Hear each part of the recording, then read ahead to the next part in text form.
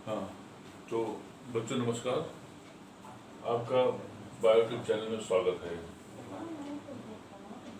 तो हम जो है अनजीश कुमार बोल रहे हैं और जो मोबाइल नंबर मेरा है वो है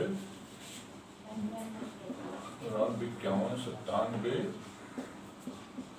54 और 95। ये है ये। अब जैसे मान लीजिए कि आपको अगर कोई डाउट होता है अगर आपको किसी डाउट क्वेश्चन बनते हैं तो आप इस फोन नंबर पर आप मुझसे डाउटफुल क्वेश्चन पूछ सकते हैं। वो प्यारे बच्चों, जैसा कि मैंने आपसे पहले डिस्कस किया था, इसके पहले डिस्कस किया था कि किस प्रकार से ट्रांसक्रिप्शन प्रोसेस होती है। माने किस प्रकार से ट्रांसक्रिप्शन किस प्रकार से ट्रांसक्रिप्शन प्रोसेस किस प्रकार से होती है, उस प्रोसेस को हम आप लोगों से ऑलरेडी पहले डिस्कस कर चुके हैं। वो तो अब आती है कि चूंकि ट्रांसक्रिप्शन के बाद होता है प्रोसेसिंग ऑफ एमआरएनए ट्रांसक्रिप्शन होता है वो, माने और इसकी हिंदी होती है एमआरएनए ट्रांसक्रिप्शन का प्रोसेसिंग, माने कि संसाधन होता है वो। तो प्यारे बच्चों, जितने भी आप कोई एग्जाम देने जाएंगे, चाहे नीट हो, चाहे आईसीसी बोर्ड हो, सीबीएसई बोर्ड हो, या स्टेट बोर्ड होते हैं जैसे यूपी बोर्ड हो गया, आपका सीबीएसई बोर्ड हो गया, सभी बोर्ड के एग्जाम में जो होता है ये प्रोसेसिंग ऑफ एमआरएनए ट्रांसक्रिप्शन का के बारे में वो डिस्कस करता है कि माने कि लेकिन है कि वो एमआरएनए का ट्रांसक्रिप्शन क्या होता है, इसके बारे में वो डिस्कस करता है वो। लेकिन बच्चों, ये शुरुआत करने के पहले जो होता है, क्योंकि बड़ा इंपॉर्टेंट टॉपिक है वो, और इसको जो है वो आप शेयर करिएगा और जरूर लाइक कर दीजिएगा, क्योंकि ये बहुत इंपॉर्टेंट है वो। और जितना भी आपके क्वेश्चंस होते हैं इसको सिर्फ बॉक्स में उसको उससे क्वेश्चन जो डिस्कस करिएगा जो है वो। अच्छा, अब आती है कि तो हम जब स्टार्ट करते हैं प्रोसेस को, तो बच्चों इस केस में क्या होता है, जिसमें हम इसकी प्रोसेसिंग करते हैं वो प्रोसेसिंग करते हैं, तो क्योंकि जैसा कि आप जानते हैं कि प्रोकैरियोटिक सेल दो प्रकार की होती है। जैसा कि आप जानते हैं कि एक होता है प्रोकैरियोटिक सेल होता है वो, प्रोकैरियोटिक सेल, और सेकंड होता नंबर 1 सेल टाइप होता है, और नंबर सेकंड सेल टाइप होता है यूकैरियोटिक सेल होता है वो, यूकैरियोटिक सेल होता है वो। तो जैसा कि आप जानते हैं बच्चों की जो प्रोकैरियोटिक सेल होता है, इसमें सबसे सिंपल टाइप के लिविंग ऑर्गेनिज्म जैसे कि किंगडम मोनेरा वाले आते हैं वो। तो किंगडम मोनेरा वाले जो लिविंग ऑर्गेनिज्म होते हैं वो प्रोकैरियोटिक सेल में आते हैं। और अब आती है कि इनका जो जीन्स होता है, माने अगर इनके जीन्स की हम जब बात करते हैं तो इस केस में क्या होता है कि जो प्रोकैरियोटिक सेल होते हैं वो, जिनमें कि किंगडम मोनेरा वाले, जैसे कि किंगडम मोनेरा में जो होता है वह आते हैं बैक्टीरिया होता है, साइनोबैक्टीरिया होता है और पीपियल्लो, माने कि इसमें 3 लिविंग ऑर्गेनिज्म होते हैं। नंबर 1 आता है बैक्टीरिया, जिसको कि आप जीवाणु कहते हैं वो, और नंबर सेकंड होता है साइनोबैक्टीरिया, और नंबर थर्ड आता है, साइनोबैक्टीरिया को एक नाम और हम देते हैं, और ये कहलाता है बीजीए, मीन्स इसको बोलते हैं ब्लू ग्रीन एल्गी होता है वो। और थर्ड तो नंबर 1 हो गया, और नंबर सेकंड हो गया, और नंबर थर्ड होता है पीपियल्लो होता है वो, पीपियल्लो। और पीपियल्लो का फुल फॉर्म होता है प्लूरोपनिमोनिया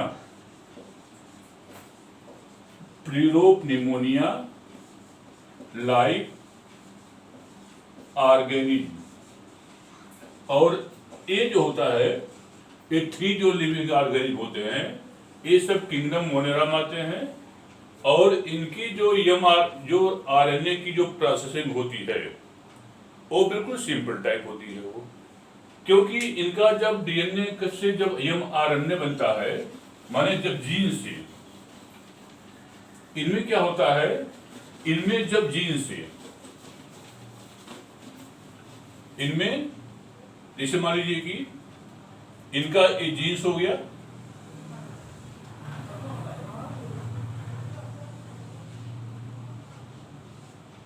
एक ये हो गया,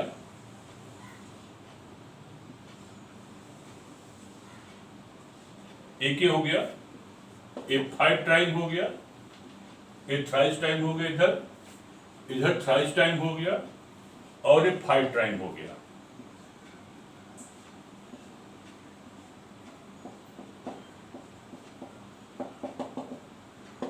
ये देखिए, तो ये जो होता है इसको बोलते हैं बैक्टीरियल जीन होता है, बैक्टीरियल जीन, इसको हम कहते हैं बैक्टीरियल जीन कहलाता है। अब आती है कि जो बैक्टीरियल जीन होता है और ये जो होता है इसको डीएनए कहते हैं, वो ये डीएनए है ये।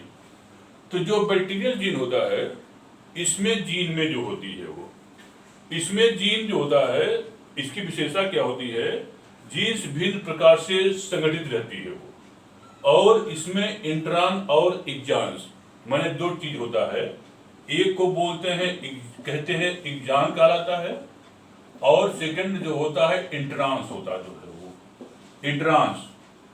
तो एग्जान जो होता है, एग्जान जो होता है यह जो होता है एक फंक्शनल माने क्रियाशील होता है वो, और इंट्रान जो होता है वह इनएक्टिव या अक्रियाशील होता है वो।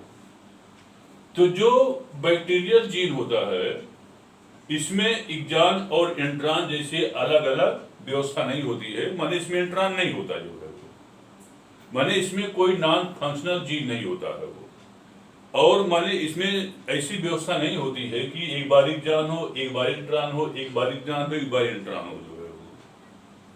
तो चिल्ड्रन अगर इस टाइप व्यवस्था होती है तो इसको बोलते हैं, इसको क्या होता है, एक बैक्टीरियल जीन में इस प्रकार से व्यवस्था होती है, और जीन्स की पूरी जो व्यवस्था होती है वह एक ही पॉलीपेप्टाइड, एक या एक से अधिक पॉलीपेप्टाइड की श्रृंखला को जो होता है वो सिंथेसाइज में हेल्प करता है जो है वो। तो कुल मिलाकर के उसमें एग्जान्स और इंट्रान जैसी व्यवस्था नहीं होती है वो। लेकिन but in the case of the eukaryotic cell, लेकिन इसमें क्या होता है, जो यूकैरियोटिक सेल होते हैं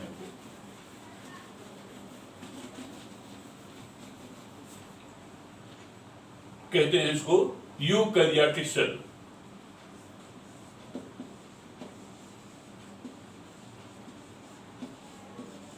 यूकैरियोटिक सेल, तो यूकैरियोटिक जो सेल होती है और उसका जो जीन होता है, जैसे मान लीजिए कि ये जीन हो गया,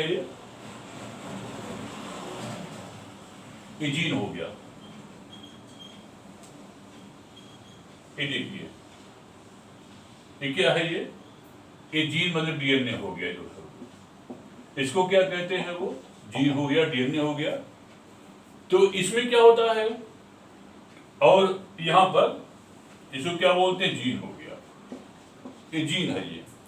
अब होती है कि जब इससे ट्रांसक्रिप्शन होता है, ट्रांसक्रिप्शन तो ट्रांसक्रिप्शन द्वारा जो है जब इससे प्रोसेसिंग एमआरएनए की होनी होती है, जब एमआरएनए की प्रोसेसिंग होनी होती है, तो इसमें क्या होता है कि एक बार क्या है, एग्जान फर्स्ट हो गया, फिर क्या होता है इंट्रान फर्स्ट,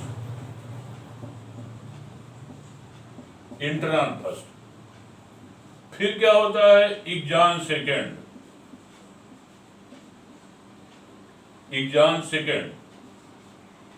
फिर क्या होता है इंट्रान सेकेंड,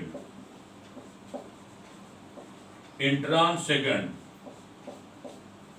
फिर क्या होता है एक्सॉन थर्ड, फिर क्या होता है इंट्रॉन थर्ड।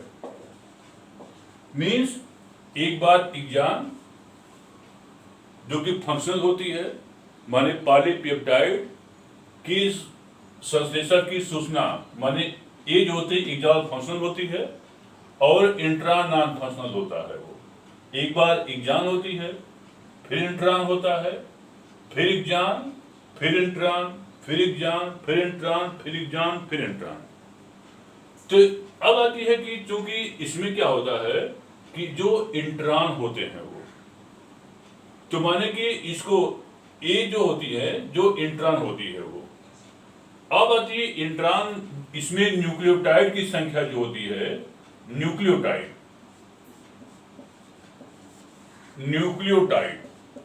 न्यूक्लियोटाइड की संख्या इसमें इंट्रॉन में 1 से लेकर के लगभग 10,000 न्यूक्लियोटाइड हो सकते हैं जो। अब आती है कि इसमें क्या होता है, प्रोसेसिंग के समय इंट्रॉन को एक विशेष प्रकार का एंजाइम, और उस एंजाइम को कहते हैं स्प्लाइसोसोम, माने कि एक विशेष प्रकार की प्रोसेसिंग क्या करते हैं स्प्लाइसोसोम,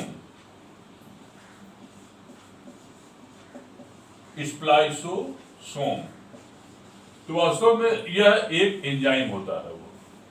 तो एंजाइम के समान काम करके यह जो होता है एक न्यूक्लियोप्रोटीन के तहत एक वर्क करके स्प्लाइसोसोम क्या करता है कि इस इंट्रॉन को यहां से कटअप कर देता, जो है इंट्रॉन को यहां से अलग कर लिया जाता है। जैसे इंट्रॉन फर्स्ट के यहां से अलग किया गया, फिर इंट्रॉन यहां सेकंड को अलग किया गया, फिर इंट्रॉन यहां थर्ड को अलग किया गया। तो अंत में फाइनली क्या बचता है कि अब क्या बचेगा, इसके बाद क्या होता है, जो जीन होती है, और उस जीन में सिर्फ क्या बचता है, इस जीन में क्या होता है कि इसमें जो होता है एक्सॉन ही बचता है वो। ये हो गया एक्सॉन फर्स्ट, फिर ये हो गया एक्सॉन 2 सेकंड, और फिर हो जाता है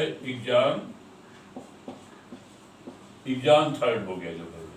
तो माने स्प्लाइसोसोम जो होता है ये एक एंजाइम के समान काम करके ये इंट्रॉन को यहां पर अलग कर देता जो है वो। अब आती है कि इसके बाद क्या होता है कि यह फिर देन आफ्टर फिर क्या होता है कि ये जो होता है, ये जो प्रोसेस होती है इसको बोलते हैं मैच्योरियम आरएनए कहा जाता है वो, मैच्योरियम आरएनए इसको कहते हैं। और इसके पहले ए वाला, जो ए वाला आरएनए होता है इसको बोलते हैं एचएन आरएनए कहलाता है ए वाला, जिसमें कि एक्सॉन फर्स्ट हो, फिर इंट्रॉन फर्स्ट हो, फिर एक्सॉन सेकंड हो, फिर इंट्रॉन सेकंड हो, फिर एक्सॉन सेकंड हो, फिर इंट्रॉन सेकंड थर्ड हो। इस टाइप से जीन होता है, इसको बोलते हैं हेट्रोजीनस, माने एचएनए आरएनए, या इसको शॉर्ट में कहते हैं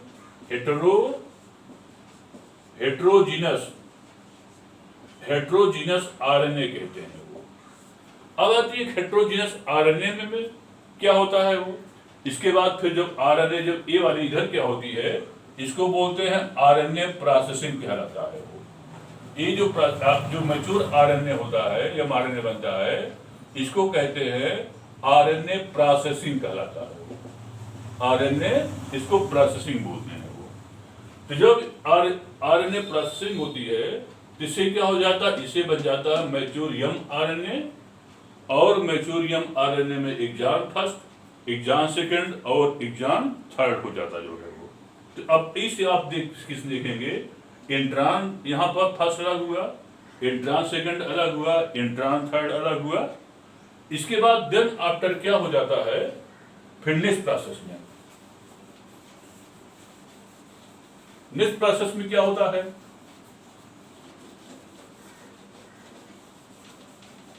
नेक्स्ट प्रोसेस में। फिर होता है ट्रांसलेशन। फिर ट्रांसलेशन में जो है वो,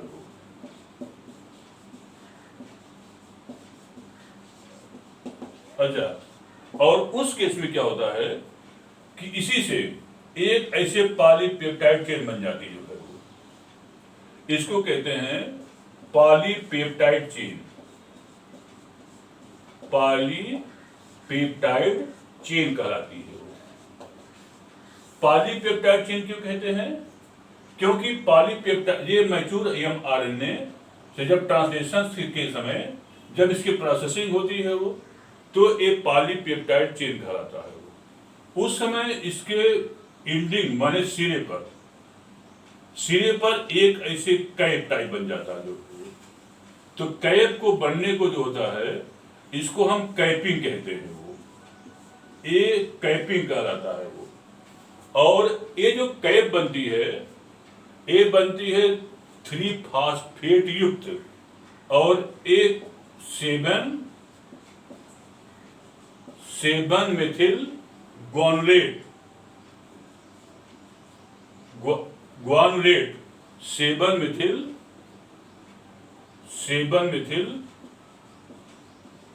ग्वानुलेट। और यह जो होता है इसकी कैपिंग 7 मेथिल ग्वानुलेट की कैपिंग हो जाती है और यह 3 फास्फेट युक्त होता है जो है वो।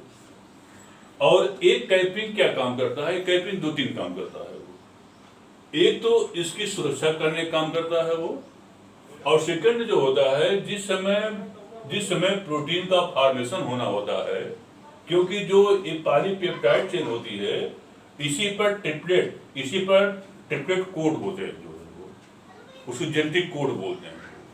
और ट्रिपलेट कोड जो होते हैं वह एक विषय आगे पढ़ाएंगे आपको, हम बताएंगे। उसी पर जो होता है ट्रिपलेट जो कोड होते हैं वह एमिनो अम्ल को गवर्न करते हैं वो। और जो कैपिंग होती है, जो एंडिंग पॉइंट होता है उसके सिरे से थोड़ा सा आगे यहीं पर जो होता है, यहीं पर AUG और माने होते हैं AUG जो होता है ए स्टार्ट कोडान होता है, स्टार्ट कोडान। और इसको बोलते हैं, इसको कहते हैं स्टार्ट कोडान कहा जाता है वो। स्टार्ट कोडान क्यों कहते हैं? क्योंकि एक कोडान जो होता है यहीं से प्रोटीन सिंथेसिस स्टार्टिंग होती है वो, और यह स्टार्टिंग कोडान जो होता है सबसे पहले मेथियोनाइन को जो होता है सबसे पहले ये जो होता है वो ला करके पॉलीपेप्टाइड चेन में जो होता है ये माने उसमें बनाने में हेल्प करता जो है वो, प्रोटीन सिंथेसिस जो है वो, इसको स्टार्ट कोडान बोलते हैं वो। अब आती है इसका जो टेल एंडिंग पोर्शन होता है, यहाँ पर जहां पर प्रोटीन सिंथेसिस खत्म हो जाती है ट्रांसलेशन प्रोसेस, और वहीं पर पॉली ए टेल माने जहां पर टेल रीजन होता है वो, वहीं पर पॉली ए टेल, इसको पॉली ए टेल बोलते हैं वो, पॉली ए टेल। अच्छा, पॉली ए टेल क्यों बोलते हैं? क्योंकि यहाँ पर एडेनिन एडेनिन एडेनिन एडेनिन माने कि जो एडेनिन होता है उसी की बाहुलता होती है वो, इसलिए इसको पॉली ए टेल बोलते हैं। और यहीं पर आकर के प्रोटीन सिंथेसिस जो होता है वो खत्म हो जाता है वो, और दोनों राइबोसोम यूनिट होती है सब वो अलग हो जाते हैं। तो ये जो प्रोसेस होती है इसी को कहते हैं प्रोसेसिंग ऑफ द mRNA होता है। इतना प्रोसेसिंग होती है तब जाकर के जो होता है, माने कि जिस समय जीन्स होता है वो, जीन्स से जो mRNA बनता है वो, और उसी से इतनी प्रोसेस होने के बाद तब जो जा करके यह इसकी योग्य ये तैयार हो पाता है वो। इसी प्रकार से RNA और tRNA की भी प्रोसेसिंग होती है जो है वो। इतना इसमें बच्चों है ये। अब यहीं पर आकर के ये जो होता है प्रोसेसिंग ऑफ द mRNA खत्म हो जाता है जो है। अब आती है कि नेक्स्ट होता है प्रोटीन सिंथेसिस और ट्रांसलेशन। बच्चों न्यू हेडिंग आती है, न्यू हेडिंग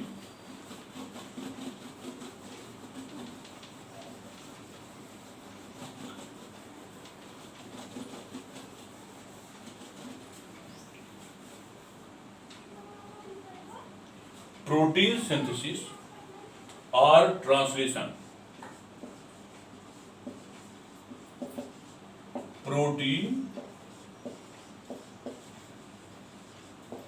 सिंथेसिस और ट्रांसलेशन, प्रोटीन सिंथेसिस और ट्रांसलेशन।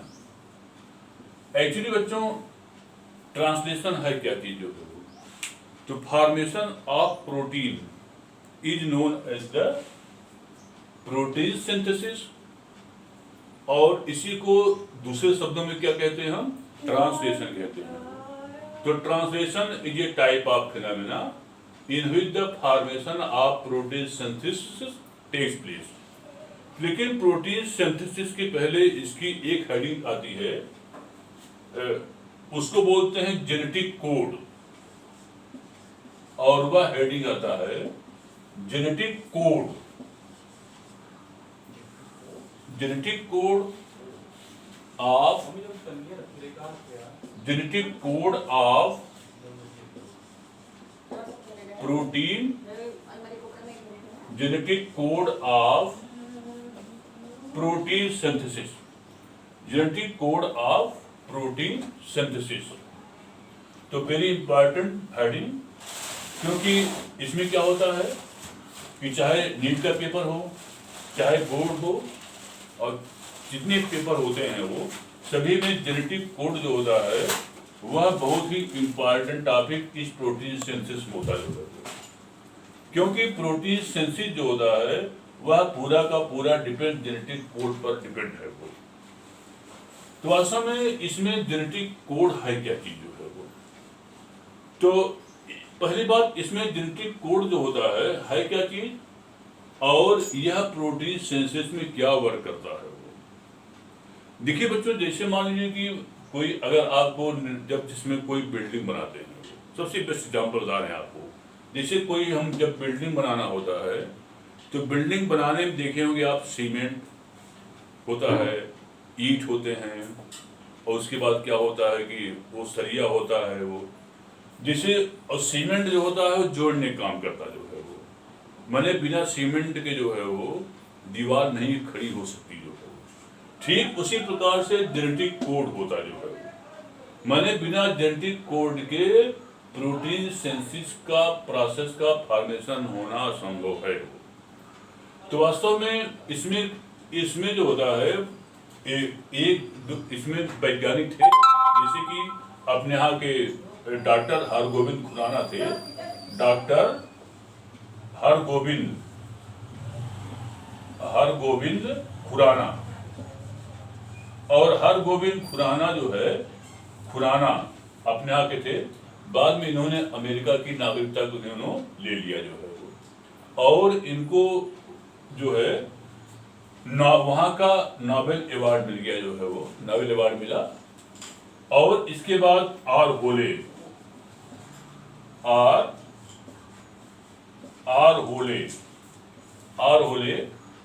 अगला साइंटिस्ट थे, जे.एस.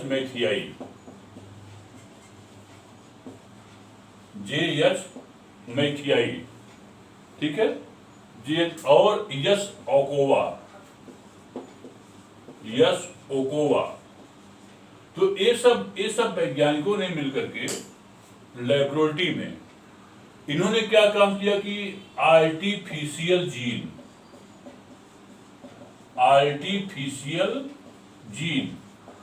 माने कि इन्होंने कृत्रिम जीन को तैयार किया, और वह कहलाता है ईस्ट एलानाइन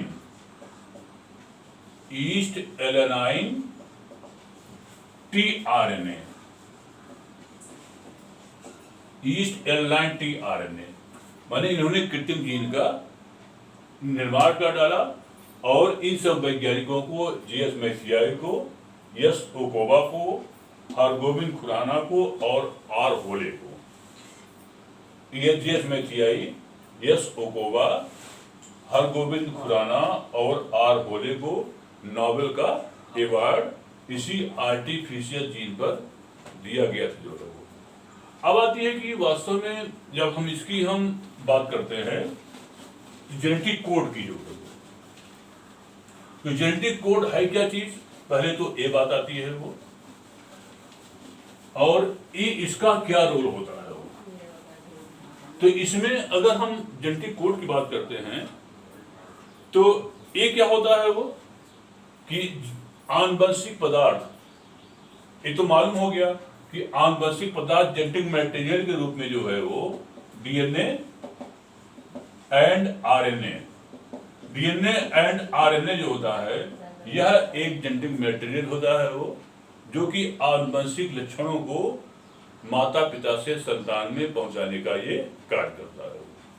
और एक होता है जो जीन होता है, जीन्स की खोज जोहानसन नामक वैज्ञानिक ने किया और जिसको मेंडल ने इसको फैक्टर नाम दिया। तो जीन जो है डीएनए का एक छोटा सा भाग होता है जो कि माता पिता के लक्षणों को जनरेशन टू जनरेशन जो है ये आगे बढ़ाने का ये एक कार्य करता है वो। तो gene is small parts of the DNA which transfer character the generation to the generation. अब आती है कि जेनेटिक कोड जो होता है यह, अब आती जेनेटिक कोड जो होता है, पहले ये माना गया कि एडेनिन, थाइमिन, गुआनिन और साइटोसिन ये 4 प्रकार के जो नाइट्रोजनस बेस होते हैं, माने प्यूरिन में एडेनिन और गुआनिन आता है, और थाइमिन और साइटोसिन जो होता है पिरिमिडिन होता है। माने एडेनिन और गुआनिन तो प्यूरिन है वो, और थाइमिन और साइटोसिन जो है ये क्या होते जो है वो पिरिमिडिन होते हैं। तो 1 2 3 4 ये पहले ये माना, वैज्ञानिकों ने माना कि जो 4 प्रकार के एमिनो अम्ल होते हैं ये क्या काम करते हैं, वो 4 प्रकार के जो नाइट्रोजनस बेस होते हैं वो ये क्या करेंगे जो है वो, ये सिर्फ 4 प्रकार के ही एमिनो अम्ल को गवर्न करेंगे जो है वो, एमिनो एसिड गवर्न करेंगे। ये हुआ कि ये भी कम है वो। फिर देखा गया कि अगर 2 लिया जाए, मुझे ए टी जी और सी लिया जाए तो ए भी जो है वो, तो 2 चौक 8 माने 8 ही प्रकार के एमिनो अम्ल गवर्न कर रहे हैं जो है वो। फिर क्या देखा गया कि अगर इनको जो है वो, अब माने कि अगर फिर देखा गया कि ए भी नहीं सेट हो पा रहा जो है वो, क्योंकि बहुत संख्या कम हो जा रही जो है वो। और चूंकि 20 एमिनो अम्ल की संख्या जो होती है वो 300 प्रकार के तो एमिनो अम्ल प्रकृति मिलते हैं वो, जिसमें से 20 प्रकार के एमिनो अम्ल जो होता है वह हमें हमारे प्रोटीन के फॉर्मेशन में हेल्प करते हैं।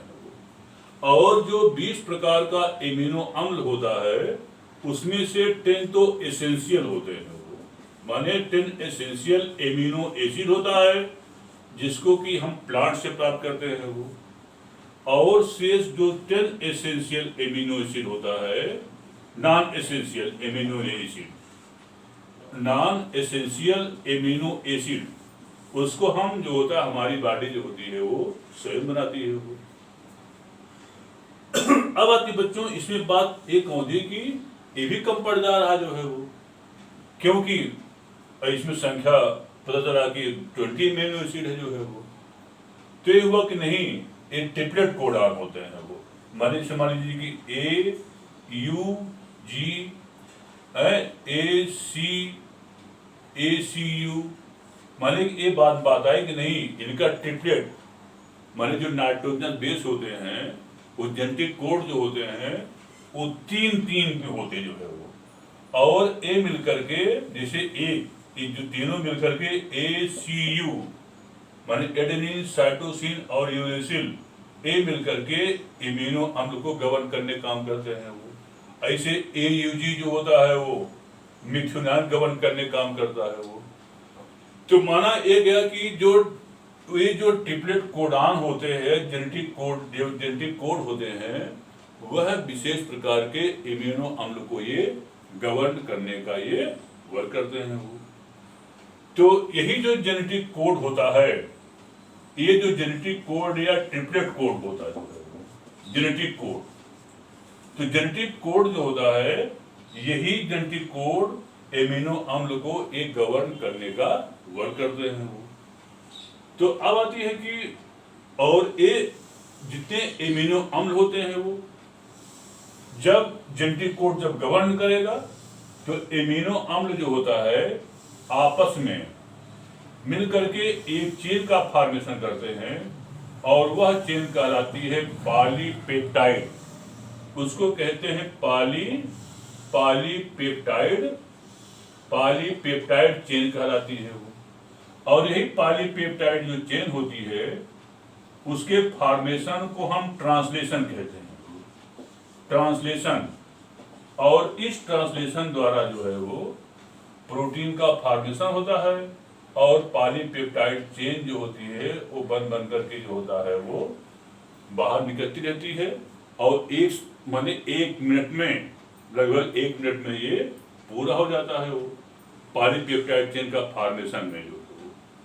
जैसे मान लीजिए कि राइबोसोम होता है वो स्मॉल लार्ज सब यूनिट, तो पॉलीपेप्टाइड चेन जब बनती है तो आलू के छिलके के समान ऐसे बाहर निकल जाती है। और इसमें जो होता है इनकी जो संख्या होती है वह जैसे पहले क्या हो जाएगा, पहले मेथियोनाइन हो जाएगा, फिर वेलाइन हो जाएगा, फिर सिस्टाइन, ऐसे पूरा इनकी चेन होती है। और यह चेन लगभग 12 होते हैं वो, और इनके बनने की दर बहुत तेज होती है वो। और दर तेज होने के कारण जो होता है यह मतलब कि बन के बाहर निकलते हैं वो। और चूंकि प्रोटीन की हमें अत्यधिक मात्रा में खपत होती है वो, तो खपत होने के साथ साथ जो होता है उतनी मात्रा में ये बनते भी रहते हैं वो। तो इतनी बातें इसमें रही जेनेटिक कोड की। अब आती है कि बच्चों इस पे एक चार्ट बनता जो है वो उसको बोलते हैं जेनेटिक कोड जो है वो चार्ट में उसमें। लेकिन चार्ट के पहले आता है characteristics of the genetic code, माने कि जेनेटिक कोड की क्या कैरेक्टर्स होते हैं वो, characters of the genetic codes.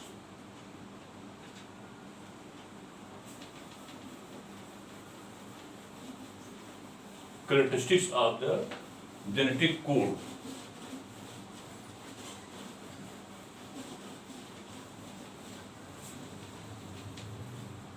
माने जेनेटिक कोड के लक्षण।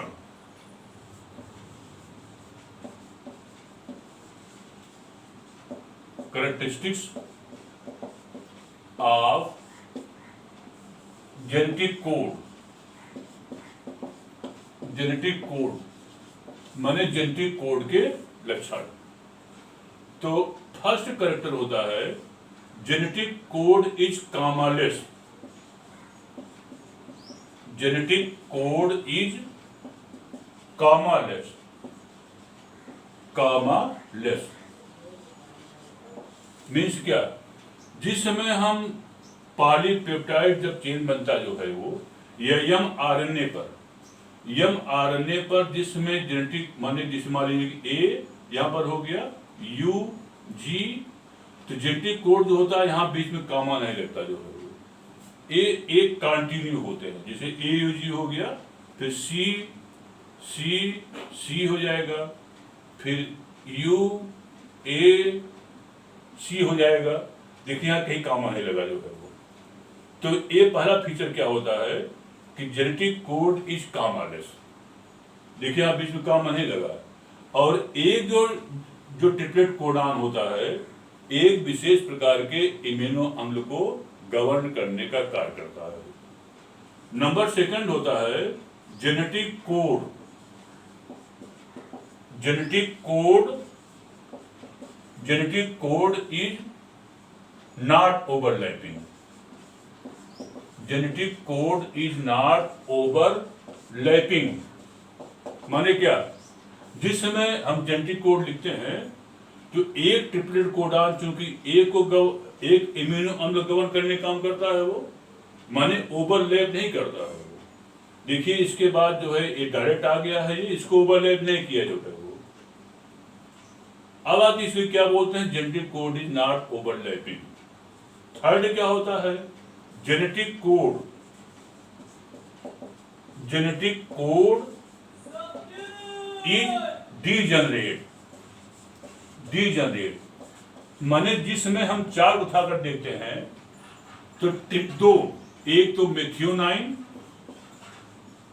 मिथियोनाइन और सेकंड होता है ट्रिप्टोफान।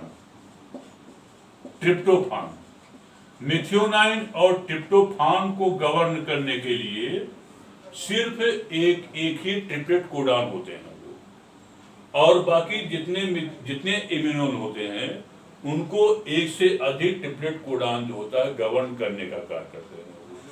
इसलिए जेनेटिक कोड जो होता है वह डीजनरेट होता है। और नंबर चार जो होता है जेनेटिक कोड, जेनेटिक